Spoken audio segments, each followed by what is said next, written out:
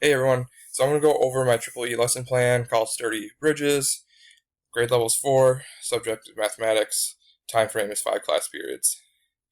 So top I have my learning goals, and with my learning goals I have standards, Minnesota standards that attach to the goals, and on the right side says how will they be met. This is what I'm using, what kind of technology really to help them gain the goals or achieve the goals. And then they do also use a simulator, which I will show you later. And here are my next gen standards, the materials needed, and my lesson overview. So what is happening in this lesson is that instead of just focusing on the different types of triangles and classifying them, I'm attaching it to making bridges, and what you have to classify what type of triangles you use to make your bridges.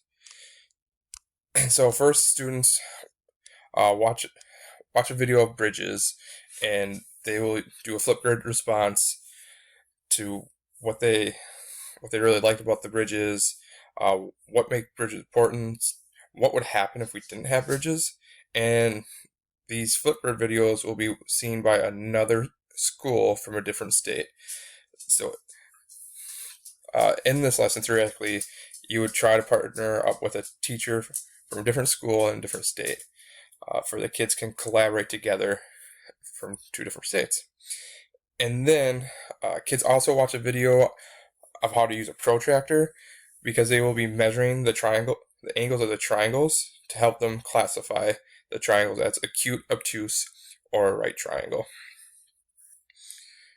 And then they will be working as a team on the app called Bridge Construction Simulator to complete the first 4 levels of the simulator, and they will all have roles. One will be the designer, one will be the note taker, and one will be the foreman.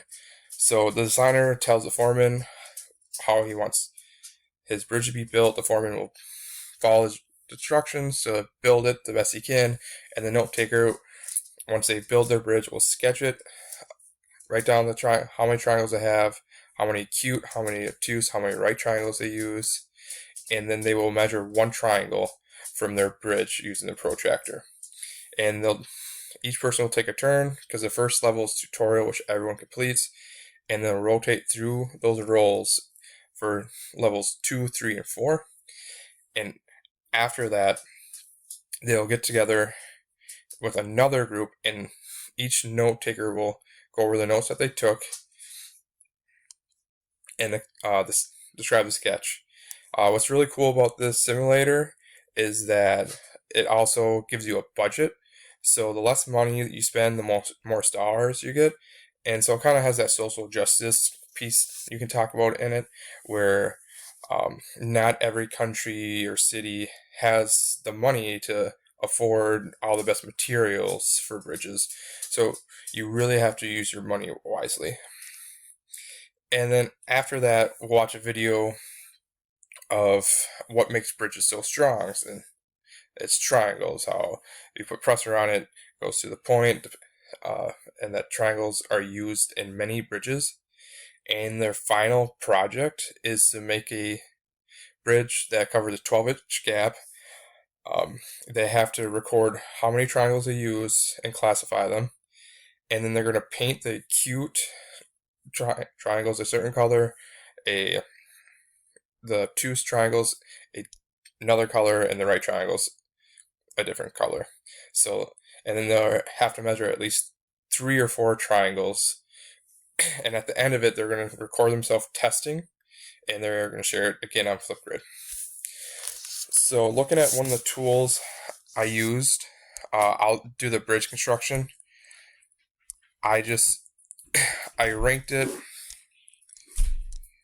a 6 for engaging, because it's straight to the point. It gives you tutorial, and it lets you watch the truck go over the bridge, and you can change the view. So it really puts the learners into social learners. And then we'll scroll down for if it is enhancing. I give a 5 out of 6. The only one I rated a 1 was, can the technology create or provide supports to make it easier to understand the concept. They do have hints, but when you use the hints, it builds it for you. So there's not really scaffolds. They do it as a team, so they can look at themselves as scaffolds, but that's why I just gave it somewhat. And then the last one, enriching. I gave this a 5. So altogether, it got a 16 out of 18. The 1 was for, can the technology allow students to build authentic life skills which they can use in everyday life? They don't build in everyday life, but it's starting to build that skill. So I just gave it 1 just because I felt like it. But yeah, then the rest of it goes up to the procedures. Day 1 really breaks it down, what each student will be doing. It has teachers, what they should say, what students will be doing. When you're reading it 1, 1, 1, they all go across. Then the next one 2, 2, 2, they all go together. So it's not this one goes to some random one down here. Look at the number and it will match up. And then here's day 2 and day 3. Day 4 and 5 is not on here because day 4 and 5 is kind of covered for the closure in day 3, where students will just have the class period to build and record their video of them testing their project to put it on Flipgrid. So thank you for listening, and I hope you enjoyed.